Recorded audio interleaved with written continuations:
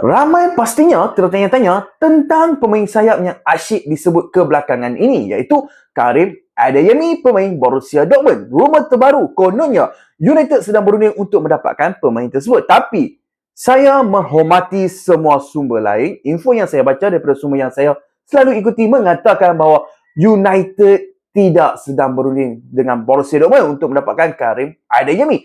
Tidak ada sebarang perbincangan dengan ejen, tidak ada sebarang kontak dengan Borussia Dortmund dan tiada apa-apa yang konkret setakat ini. United memang minat profil macam tu. Pemain sayap yang boleh main di posisi nombor 10, laju, bertenaga, skillful, jenis pantas yang boleh mengubah permainan. Dan yes, Adeyemi memang salah satu yang paling menarik di Eropah dalam kategori tersebut. Tapi buat masa sekarang, tiada sebarang proposal, tiada offer, tiada sebarang movement besar untuk mendapatkan pemain tersebut. Dortmund pula tenang saja mengenai rumours tersebut. Mereka tunggu dan lihat apa yang akan terjadi menjelang musim 2026. Setahun lalu memang ada minat daripada Napoli dan juga beberapa kelab FPL, tapi Adeyemi pilih untuk kekal sebab dia selesa di Dortmund. Satu lagi, Adeyemi baru saja tukar ejen beberapa bulan yang lepas dan kini bersama Jorge Mendes. Sudah tentu akan ada penilaian semula untuk masa depan beliau di